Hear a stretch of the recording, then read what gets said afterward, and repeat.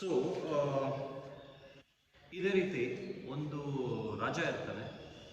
Okay, ರಾಜ ಒಂದು ಅವನಿಗೆ ಗೊತ್ತಿರುತ್ತೆ, ಒಂದು ಕೆಲವೊಂದು ಅಧ್ಯಯನಗಳೆಲ್ಲ ಮಾಡಿರ್ತಾನೆ, ಕೆಲವೊಂದು ಎಲ್ಲ ಎಲ್ಲ ಫೇಸಲ್ಲೂ ಹೋಗಿರ್ತಾನೆ ಅಲ್ವಾ. ಕಷ್ಟ ಆಗಿರಲಿ ಸುಖ ಆಗಿರಲಿ ಎಲ್ಲ ಫೇಸಲ್ಲೂ ಹೋಗಿರ್ತಾನೆ. ಅವನ ಮಗ ಒಂದು ಸ್ವಲ್ಪ ತುಂಟ ಇರ್ತಾನೆ. ತುಂಟ ಅಂತ ಅಂದರೆ ಅವ್ನಿಗೇನು ಅರ್ಥ ಆಗೋದಿಲ್ಲ. ಬಟ್ ಅವನಿಗೆ ಅದು ಕಲಿಸ್ಬೇಕು, ಯಾವ ರೀತಿ ಕಷ್ಟ ಅಂದರೆ ಏನು, ಸುಖ ಅಂದರೆ ಏನು ಅಂತ ಗೊತ್ತಾಗಬೇಕು. ಅವ್ನಿಗೆ ಹೇಳಿದ್ರೆ ಅರ್ಥ ಆಗ್ತಾ ಇಲ್ಲ. ಸೊ ಒಂದು ದಿವಸ ಕರೀತಾನೆ ಮಗನಿಗೆ ಕರೆದು ಮಗ ಮತ್ತು ಇನ್ನೊಬ್ಬ ತನ್ನ ಆಸ್ಥಾನದಲ್ಲಿರೋ ಒಬ್ಬ ಸೇವಕ ಇರ್ತಾನೆ, ಸೇವಕನ ಮಗನ ಇಬ್ಬರನ್ನೂ ಕರೀತಾರೆ. ಇಬ್ಬರನ್ನೂ ಕರೆದ್ಬಿಟ್ಟು ಇಬ್ಬರಿಗೂ 2 ಗಿಡ ಕೊಡ್ತಾರೆ. ಈ ಗಿಡನ ನೀವು ಹೋಗಿ ನೆಡಿ. ಓಕೆ, ನೀವು 1 ವರ್ಷ ಟೈಮ್ ಇರುತ್ತೆ, 1 ವರ್ಷ ಸಮಯ ಇರುತ್ತೆ. ಯಾವ ಗಿಡ ಚೆನ್ನಾಗಿದ್ರೆ ಅವ್ರಿಗೆ ಬಹುಮಾನ ಅಂತ ಹೇಳ್ತಾರೆ. ಅರ್ಥ ಆಯ್ತಲ್ಲ? 2 ಗಿಡ ಕೊಟ್ಬಿಟ್ಟು ಒಬ್ಬ ಸೇವಕ ಮಗನಿಗೆ, ಒಬ್ಬ ರಾಜನ ಮಗನಿಗೆ, ತನ್ನ ಸ್ವಂತ ಮಗನಿಗೆ ಕೊಡ್ತಾನೆ. ಅದಕ್ಕೆ ಏನೇನು ಬೇಕೋ ಎಲ್ಲ ನಾನೇ ಕೊಡ್ತೀನಿ. ಅಂದರೆ ನೀರಾಗಿರ್ಬೋದು, ಅದಕ್ಕೆ ಗೊಬ್ಬರ ಆಗಿರ್ಬೋದು, ಎಲ್ಲ ನಿಮ್ಗೆ ಏನು ಬೇಕೋ ತೊಗೊಂಡೋಗಿ. ಓಕೆ, ಸೊ ನೀವು ಪೂರ್ತಿ ಅದಕ್ಕೆ ಏನು ಬೇಕೋ ಕೊಡಿ, ಪೋಷಣೆ ಮಾಡಿ, ಅದನ್ನು ಯಾವ ರೀತಿ ಬೆಳೆಸ್ತಿರೋ ಬೆಳೆಸಿ. 1 ವರ್ಷ ಆದಮೇಲೆ, ಸರಿಯಾಗಿ ಇವತ್ತಿಂದ 1 ವರ್ಷ ಆದಮೇಲೆ ನಾನು ಅದನ್ನು ಮತ್ತೆ ಚೆಕ್ ಮಾಡ್ತೀನಿ. ಸೊ ಯಾವ ಗಿಡ ಚೆನ್ನಾಗಿದ್ದರೆ ಆ ಗಿಡ ಅಥವಾ ಮರ ಏನಾಗಿರುತ್ತೋ ಅದಕ್ಕೆ ಅವ್ರಿಗೆ ಬಹುಮಾನ ಅಂತ ಹೇಳ್ತಾನೆ. ಸೊ ಇಬ್ಬರು ಗಿಡ ತಗೋತಾರೆ. ಗಿಡ ತಗೊಂಡೋಗಿ ಸೇವಕನ ಮಗ ಒಂದು ಹತ್ರ ಗಿಡ ನೆಡ್ತಾನೆ. ರಾಜನ ಮಗ ತನ್ನ ಅರಮನೆ ಮುಂದ್ಗಡೆ ಪ್ರಾಂಗಣದಲ್ಲೇ ಅಲ್ಲೇ ಇಡ್ತಾನೆ. ಸೇವಕನ ಮಗ ತನ್ನ ತೋಟದಲ್ಲಿ ತಗೊಂಡೋಗಿ ಗಿಡ ಇಡ್ತಾನೆ.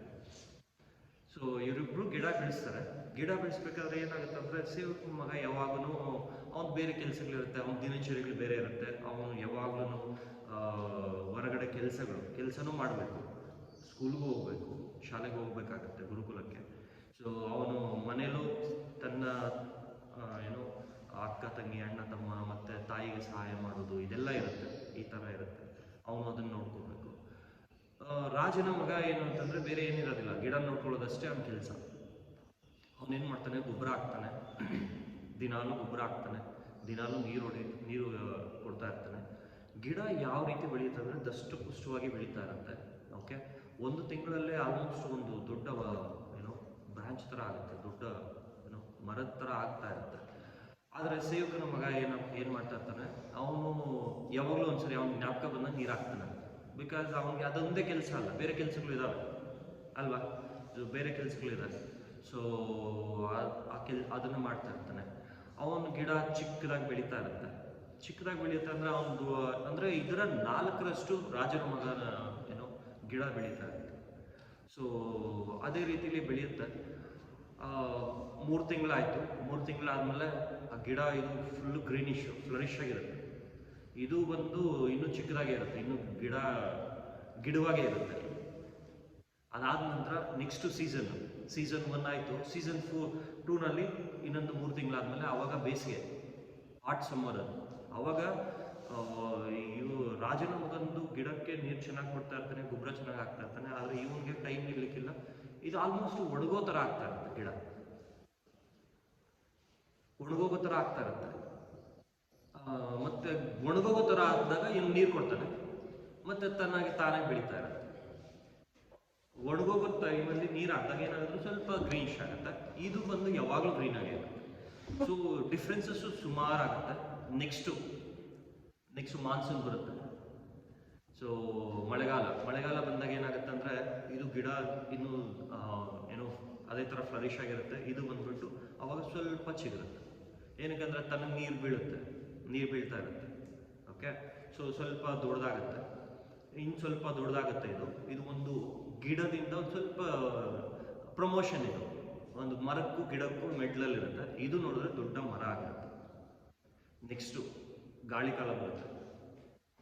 ಸೊ ದೊಡ್ಡ ಮರ ಇದಾಗಿರುತ್ತೆ. ಇದು ಒಂದು ಸ್ವಲ್ಪ ತಕ್ಕ ಮಟ್ಟಿಗಿರುತ್ತೆ. ಅದಾದಮೇಲೆ ಜೋರಾದ ಗಾಳಿ ಬರುತ್ತೆ. ಜೋರಾದ ಗಾಳಿ ಬಂದಾಗ ಈ ಮರ ಉಳ್ಳೋಗುತ್ತೆ. ಇದು ಫುಲ್ ಸ್ಟ್ರಾಂಗ್ ಆಗಿ ಅದೇ ರೀತಿ ನಿಂತಿರುತ್ತೆ. ರಾಜನ ಮರ ಏನಾಗಿರುತ್ತೆ ಅಂದರೆ ದೊಡ್ಡದಾಗೋಗಿರುತ್ತೆ ಅದು. ಓಕೆ, ಇದು ಗಾಳಿಗೆ ತಡೆಯೋದಿಲ್ಲ, ಬಿದ್ದೋಗುತ್ತೆ. ಡೆನ್ಸ್ ಆಗಿರುತ್ತೆ, ಇದು ಫುಲ್ ಡೆನ್ಸ್ ಆಗಿರುತ್ತೆ, ಬಿದ್ದೋಗುತ್ತೆ. ಸೊ ಇದು ಬರೀ ಒಂದು 4 ಎಲೆ ಇರುತ್ತೆ, 4 ಎಲೆ ಅಂದರೆ ರೆಂಬೆಗೆ ಒಂದು 4 ಎಲೆ ಇರುತ್ತೆ. ಇದು ಅದೇ ರೀತಿ ನಿಲ್ಕೊಂಡೇ ಇರುತ್ತೆ, ಎಷ್ಟು ಗಾಳಿ ಬಂದ್ರೂ ಹೋಗ್ಲಿಕ್ಕಿಲ್ಲ. ಸೊ ರಾಜ ಬರ್ತಾನೆ, ಸೀಸನ್ ಮುಗಿಯುತ್ತೆ, ಎಲ್ಲ 4 ಸೀಸನ್ ನೋಡಿರುತ್ತೆ ಗಿಡಗಳು ಎರಡೂ. ಬಂದಾಗ ರಾಜ ಬಂದು ನೋಡ್ತಾನೆ, ಇಲ್ಲಿ ಗಿಡನೇ ಇರ್ಲಿಕ್ಕಿಲ್ಲ, ರಾಜನ ಆಸ್ಥಾನದಲ್ಲಿ ಇದ್ದಿದ್ದ ಗಿಡನೇ ಇರ್ಲಿಕ್ಕಿಲ್ಲ. ಆದರೆ ಸೇವಕನ ಮನೆಯಲ್ಲಿ ಇದ್ದಿದ್ದಂಥ ಒಂದು ಅವ್ರ ತೋಟದಲ್ಲಿ ಇದ್ದಿದ್ದಂಥ ಗಿಡ ಅದು ಚೆನ್ನಾಗಿ ಬೆಳೆದಿರುತ್ತೆ, ಗಟ್ಟಿಯಾಗಿರುತ್ತೆ, ಸ್ಟ್ರಾಂಗ್ ಆಗಿರುತ್ತೆ. ಸೊ ಇದು ಸಮರಿ ಇಷ್ಟೇ. ನೀರಾಗ್ತಾ ಇರ್ಬೇಕಾದ್ರೆ ಬುಡ ಏನಾಗಿತ್ತು ಅಂದ್ರೆ ಮೇಲ್ಗಡೆನೆ ಇತ್ತು, ಇದಕ್ಕೆ ಬೇರು ಮೇಲೇನೆ ಇತ್ತು, ಮೇಲೇನೆ ಗೊಬ್ಬರ ಸಿಗ್ತಾ ಇದೆ ಇದಕ್ಕೆ, ಅದು ಆಳಕ್ಕೆ ಹೋಗ್ಲಿಲ್ಲ. ಯಾಕಂದ್ರೆ ಇಲ್ಲೇ ಸುಮಾರು ಏನೋ ಎಲ್ಲ ಇಲ್ಲೇ ಸಿಗ್ತಾ ಇದೆ, ನನ್ಗೆ ಯಾಕೆ ಬೇಕು ಒಳಗಡೆ ಹೋಗೋಕ್ಕೆ, ಮೇಲ್ಗಡೆನೆ ಭೂಮಿ ಮೇಲೆನೆ ಇದೇ ರೀತಿಲಿ ಹೋಗ್ತು, ಅಂದ್ರೆ ಹಾರಿಜಾಂಟಲ್ ಹೋಗ್ತಾ ಬಂತು. ಇದು ಬೆಳೆಯೋದು ತುಂಬಾ ಚೆನ್ನಾಗಿ ಬೆಳೀತಾ ಬಂತು. ಆದ್ರೆ ಸೇವಕನ ಮನೆಯಲ್ಲಿ ಇದ್ದಿದ್ದು ಅಂದ್ರೆ ತೋಟದಲ್ಲಿ ಇದ್ದಿದ್ದು ಗಿಡ ಏನಾಗ್ತಿತ್ತು ಅಂದ್ರೆ ಹಾರಿಜಾಂಟಲ್ ಹೋಗ್ಲಿಲ್ಲ, ಒಳಗಡೆ ವರ್ಟಿಕಲ್ ಆಗಿ ಒಳಗಡೆ ಹೋಗ್ತಾ ಇತ್ತು, ಬುಡ ಸ್ಟ್ರಾಂಗ್ ಆಗ್ತಾ ಬರ್ತಾ ಇತ್ತು. ಏನಕ್ಕೆ ಅಂದ್ರೆ ತನ್ನ ಆಹಾರನ ತಾನು ಹುಡುಕ್ತಾ ಇತ್ತು. ಒಳಗಡೆ ಹೋಗಿದ್ರಿಂದ ಎಂತ ಗಾಳಿ ಬಂದ್ರೇನು ಅದೇನು ತುಂಬಾ ಸ್ಟ್ರಾಂಗ್ ಆಗ್ತಾ ಇರುತ್ತೆ, ಗಿಡ ಮೇಲ್ಗಡೆ ಬೆಳಿಲಿಲ್ಲ ಅಷ್ಟೇ, ಆದ್ರೆ ಒಳಗಡೆ ರೂಟ್ ಹೋಗ್ತಾ ಇರುತ್ತೆ. ಸೊ ಇಲ್ಲಿ ಏನು ಅಂತಂದ್ರೆ ಕಷ್ಟ ಬಂದಾಗ ನಾವು ನಮ್ಮ ಕಷ್ಟಗಳಿಗೆ ಸೊಲ್ಯೂಷನ್ ನಾವೇ ಹುಡುಕ್ತಾ ಹೋಗ್ತಾ ಇರ್ತೀವಿ, ಸ್ಟ್ರಾಂಗ್ ಆಗ್ತಾ ಹೋಗ್ತಾ ಇರ್ತೀವಿ. ಅಂದ್ರೆ ಗಿಡಕ್ಕೆ ನೀರು ಸಿಗದೆ ಇದ್ದಾಗ ನೀರ್ನ ಹುಡುಕ್ತಾ ಹೋಗ್ತಾ ಇರ್ತೀವಿ. ಆದ್ರೆ ಇಲ್ಲಿ ಏನಾಯ್ತು ಅಂದ್ರೆ ಎಲ್ಲ ಅಲ್ಲೇ ಸಿಗ್ತಾ ಇರ್ಬೇಕಾದ್ರೆ ಮೇಲ್ಗಡೆನೆ ಇರ್ತೀವಿ. ಅಂದ್ರೆ ನಮ್ಮ ಮಕ್ಕಳನ್ನ ನಾವು ಯಾವ ರೀತಿ ಬೆಳೆಸಬೇಕು ಅನ್ನೋದನ್ನ ಇಲ್ಲಿ ತಿಳ್ಕೊಬೇಕಾಗುತ್ತೆ. ನಮ್ಮ ಮಕ್ಕಳಿಗೆ ನಾವೆಲ್ಲ ಕೊಡ್ತಾ ಇರ್ತೀವಿ, ಅವ್ರಿಗೆ ಕಷ್ಟ ಅನ್ನೋದು ಸಿಗೋದು ಗೊತ್ತಿಲ್ಲ. ಅವ್ರಿಗೆ ಕಷ್ಟಗಳನ್ನ ನೀವು ಟೆಸ್ಟ್ ಮಾಡಿಸ್ಬೇಕು. ಅಂದ್ರೆ ಅವ್ರಿಗೆ ಕಷ್ಟ ನೀವು ಟೆಸ್ಟ್ ಮಾಡಿಸೋದು ಯಾವ ರೀತಿ ಅಂದ್ರೆ ಕೊಡಬೇಕು, ಒಂದ್ಸರಿ ಟೆಸ್ಟ್ ಮಾಡಿ. ಅವ್ರಿಗೆ ಟೆಸ್ಟ್ ಮಾಡಿದಾಗ ಏನಾಗುತ್ತೆ ಅಂದ್ರೆ ಅವ್ರ ಕಷ್ಟ ತುಂಬಾ ಆಗಲಿಲ್ಲ ಅಂತಂದ್ರೆ ಅವಾಗ ಸಹಾಯ ಮಾಡಿ. ನೀವು ಕಷ್ಟನೇ ಕೊಡ್ಲಿಲ್ಲ, ಅವ್ರಿಗೆ ಗೊತ್ತೇ ಇಲ್ಲ ಅಂತಂದ್ರೆ ನೆಕ್ಸ್ಟ್ ಏನಾಗುತ್ತೆ ಅಂದ್ರೆ ಅವ್ರ ಕಷ್ಟ ಅನ್ನೋದು ಗೊತ್ತಿರ್ಲಿಕ್ಕಿಲ್ಲ, ಅವರು ದೊಡ್ಡವರಾದ್ಮೇಲೆ ಆ ಸಿಚುವೇಶನ್ ಬಂದಿದೆ ಅಂದ್ರೆ ಮರ ಉರುಳುತ್ತಲ್ಲ ಆ ರೀತಿ ಉರುಳೋಗ್ತಾರೆ. ಅವಾಗ ಅದನ್ನು ನೋಡ್ಬೇಕಾಗತ್ತೆ. ಅರ್ಥ ಆಯ್ತಲ್ಲ? ಸೊ ಯಾವುದೇ ತಂದೆ ತಾಯಿ ಆಗಿರ್ಬೋದು, ಪೇರೆಂಟ್ಸು ಸುಮಾರು ಇದ್ದೀರಲ್ವಾ, ಪೇರೆಂಟ್ಸು ಮಕ್ಕಳಿಗೆ ಕಷ್ಟ ಬಂದಾಗ ನೀವು ಅವ್ರಿಗೆ ಇಮ್ಮಿಡಿಯೇಟ್ ಆಗಿ ಸಹಾಯ ಮಾಡಬೇಡಿ. ಅವ್ರನ್ನ ಆ ಕಷ್ಟದಲ್ಲಿ ಸ್ವಲ್ಪ ಬಿಡಿ. ಗೊತ್ತಾಗುತ್ತೆ ಅವ್ರಿಗೆ ಕಷ್ಟ ಗೊತ್ತಾಗುತ್ತೆ, ಅವರು ಆ ಕಷ್ಟವನ್ನ ತಡೆಯುವಂತ ಒಂದು, ಅದನ್ನ ಎದುರಿಸುವಂತ ಒಂದು, ಫೇಸ್ ಮಾಡುವಂತ ಒಂದು ಇದನ್ನ ಕೊಡಿ ಅವರಿಗೆ. ನೀವಿದ್ದೀರಿ ಅಂತ ಒಂದು ಏನೋ ಬ್ಯಾಕ್ ಹ್ಯಾಂಡ್ ಅಲ್ಲಿ ಸ್ಟ್ರಾಂಗ್ ಆಗಿ ಒಂದು ಏನೋ ಮೆಂಟಲಿ ಇರಬೇಕು, ಅವರಿಗೆ ಮೋರಲ್ ಸಪೋರ್ಟ್ ಇರಬೇಕು. ಆದ್ರೆ ನೀವು ಹೋಗ್ಬಿಟ್ಟು ಎಲ್ಲದಕ್ಕೂ ಸಹಾಯ ಮಾಡಿದ್ರ ಅಂತಂದ್ರೆ ನೆಕ್ಸ್ಟು ಓಕೆ ಅಪ್ಪ ಅಮ್ಮ ಇದ್ದಾರೆ, ಅವ್ರು ನೋಡ್ಕೋತಾರೆ, ನನಗೂ ಅದಕ್ಕೆ ಸಂಬಂಧನೇ ಇಲ್ಲ, ಈ ರೀತಿ ಆಗ್ತಾ ಇರುತ್ತೆ. ಸೊ ನಿಮ್ಮ ಮಕ್ಕಳನ್ನ ಪ್ಯಾರೆಂಟಿಂಗ್ ಅಂತ ಏನು ಹೇಳ್ತೀವಿ ಅದನ್ನ ನೀವು ಯಾವ ರೀತಿ ಮಾಡಬೇಕು ಅನ್ನೋದು ನಿಮಗೆ ಬಿಟ್ಟಿದ್ದು. ಒಂದು ಆಸ್ಥಾನದಲ್ಲಿ ಬೆಳೆಸ್ತೀರಾ ಇಲ್ಲ ಸಾಧಾರಣವಾದ ತೋಟದಲ್ಲಿ ಬೆಳೆಸ್ತೀರಾ, ಯಾವ ರೀತಿ ಬೆಳೆಸ್ತೀರೋ ನಿಮಗೆ ಬಿಟ್ಟಿದ್ದು. ಅರ್ಥ ಆಯ್ತಾ? So moral of the story ಏನು?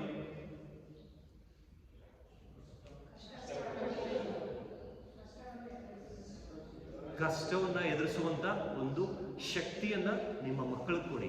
ಕಷ್ಟನೇ ಬರದೇ ಇರೋ ತರ ನೋಡ್ಕೊಳಕ್ ಹೋಗ್ಬೇಡಿ. ಕಷ್ಟ ಬರ್ಲಿ, ಕಷ್ಟ ಬಂದಾದ್ಮೇಲೆ ಅದನ್ನ ಎದುರಿಸುವಂತ ಒಂದು ಶಕ್ತಿನ ಬರ್ಲಿಕ್ಕೆ ಯಾವ ರೀತಿ ಮಾಡಬೇಕು ಅನ್ನೋದನ್ನ ಕಲಿಸ್ಬೇಕು. ಸೊ ಮಹಾಭಾರತದಲ್ಲಿ ಒಂದು ಸನ್ನಿವೇಶ ಇದೆ. ಮಹಾಭಾರತದಲ್ಲಿ ಸನ್ನಿವೇಶ ಯಾವ ರೀತಿ ಅಂದ್ರೆ, ಕುಂತಿ ಶ್ರೀಕೃಷ್ಣನಿಗೆ ಹೇಳ್ತಾಳೆ, ಶ್ರೀಕೃಷ್ಣ ತನ್ನ ಎಲ್ಲ ಕುರುಕ್ಷೇತ್ರ ಎಲ್ಲ ಬಿಟ್ಟು ಆಸ್ಥಾನವನ್ನ ಇವರಿಗೆ ಪಾಂಡವರಿಗೆ ಕೊಟ್ಬಿಟ್ಟು ನಾನು ಇನ್ನು ಮದುರೆಗೆ ನಾನು ಹೊಡ್ತೀನಿ ಅಂತ ಹೇಳ್ತಾರೆ ಅಲ್ವಾ. ಮದುರೆಗೆ ಹೊಡ್ಬೇಕಾದ್ರೆ ಕುಂತಿ ಕೇಳ್ತಾಳೆ, ಕೃಷ್ಣ ನನಗೆ ಇನ್ನಷ್ಟು ಕಷ್ಟಗಳು ಕೊಡು, ನಮ್ಗೆ ಇನ್ನಷ್ಟು ಕಷ್ಟಗಳು ಕೊಡು, ಆದ್ರೆ ನಮ್ಮ ಜೊತೆ ನೀನಿರು ಅಂತ. ಏನಂದ್ರೆ ಶ್ರೀಕೃಷ್ಣ ತನ್ನ ಜೊತೆಗಿದ್ರೆ ತನ್ನ ಎಲ್ಲಾ ಕಷ್ಟಗಳನ್ನು ಎದುರಿಸುವಂತ ಶಕ್ತಿ ತನ್ನಲ್ಲಿದೆ ಅಂತ ಒಂದು ಧೈರ್ಯ ಕೊಡ್ತಾನೆ. ತನ್ನಲ್ಲಿ ಇರ್ಲಿ, ತನ್ನ ನಮ್ಮ ಮುಂದೆ ಕೃಷ್ಣ ಇರಬೇಕು ಅಂದ್ರೆ ನಮ್ಮ ಬೆನ್ನಿಂದ ಸಾಥಿಯಾಗಿರುತ್ತಾನೆ. ನಾನು ನಿಮ್ಮನ್ನ ಯಾವಾಗ್ಲೂ ನೋಡ್ತಾ ಇರ್ತೀನಿ, ನೀನು ಯಾವಾಗ್ಲೂ ನಮ್ಮ ಜೊತೆ ಇರು, ಆದ್ರೆ ನನ್ಗೆ ಎಷ್ಟೇ ಕಷ್ಟ ಕೊಟ್ಟರು ನಮ್ಮ ಜೊತೆ ನೀನಿರು ಅಂತ ಹೇಳ್ತೀನಿ. ಅಂದ್ರೆ ಎದುರಿಸುವ ಶಕ್ತಿಯನ್ನ ತುಂಬುವಂತ ಒಂದು ಆ ಧೈರ್ಯ ಕೃಷ್ಣ ಕೊಡ್ತಾ ಇರ್ತಾನೆ ಅಂತ ಅರ್ಥ. ಅರ್ಥ ಆಯ್ತಾ? ಕಷ್ಟಗಳು ಬೇಡ ಅಂತ ಹೇಳಿಲ್ಲ, ಕಷ್ಟಗಳು ಇನ್ನಷ್ಟು ಕೊಡು ನನಗೆ ಅಂತ ಕೇಳಿದೆ. ಅರ್ಥ ಆಯ್ತಲ್ಲ? ಆ ರೀತಿ ತಮ್ಮ ಮಕ್ಕಳನ್ನ ನೀವು ಆ ರೀತಿ ಬೆಳೆಸ್ಬೇಕು. ಓಕೆ, ಅರ್ಥ ಆಯ್ತಾ? ಚಳಿ ಬಂದಿದ ತಕ್ಷಣ ಬೆಚ್ಚಿಗೆ ಮಲಗಿಸೋದು ಅದಲ್ಲ, ಚಳಿನಲ್ಲಿ ಬಿಡಿ, ಅವರಿಗೆ ಗೊತ್ತಾಗಲಿ, ಅವರಿಗೆ ಚಳಿನಲ್ಲಿ ಚಳಿ ಅನ್ನೋದು ಗೊತ್ತಾಗಬೇಕು, ಬೇಸಿಗೆನಲ್ಲಿ ಸೆಕೆ ಅನ್ನೋದು ಗೊತ್ತಾಗಬೇಕು, ಗಾಳಿನಲ್ಲಿ ಏನು ಯಾವ ರೀತಿ ಗಾಳಿ ಇರುತ್ತಂತ ಗೊತ್ತಾಗಬೇಕು. Let them experience it. Unless they experience this, they doesn't know anything. They can't, face the situations. Okay? Done. ನಿನ್ನೆ ಯಾವುದಾಗಿತ್ತು ಭಗವದ್ಗೀತೆಯಲ್ಲಿ?